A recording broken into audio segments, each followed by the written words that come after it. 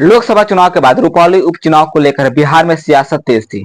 पूर्णिया लोकसभा चुनाव के परिणाम जैसा ही रहा रुपौली का रिजल्ट। निर्दलीय प्रत्याशी ने मारी बाजी। पूर्णिया में लोकसभा चुनाव के नतीजे का महीने भर बाद हुए रुपौली उपचुनाव के रिजल्ट भी लोकसभा के जैसा ही लग रहा है। रुपौली ने लोकसभा के नतीजे को फिर से दोहरा दिया है।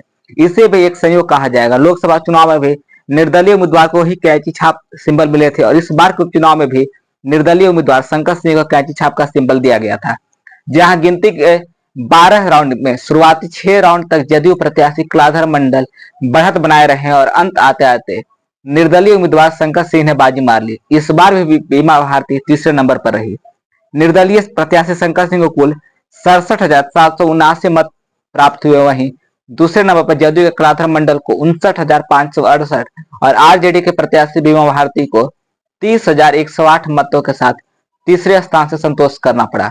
रुपौली उपचुनाव के नतीजे आ गए और निर्दलीय प्रत्याशी शंकर सिंह ने जदयू के कलाधर मंडल को 8200 वोट से शिकस्त दी है, जबकि तीसरे नंबर पर कोसों दूर आरजेडी की बीमा भारती रही।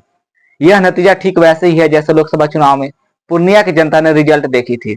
लोकसभा चुनाव में भी शुरुआती दौर में जदयू के सांसद उम्मीदवार बढ़त बनाए हुए थे और अंत आते आते निर्दलीय उम्मीदवार पप्पू यादव ने जीत हासिल की थी। यहाँ भी बीमा भारती आरजेडी के टिकट पर तीसरे नंबर पर रही थी। सांसद चुनाव के वक्त खाली हुई थी रुपौली की सीट। रुपौली उपचुनाव भी पूर्णिया लोकसभा संसदीय चुनाव की वजह से हुआ है।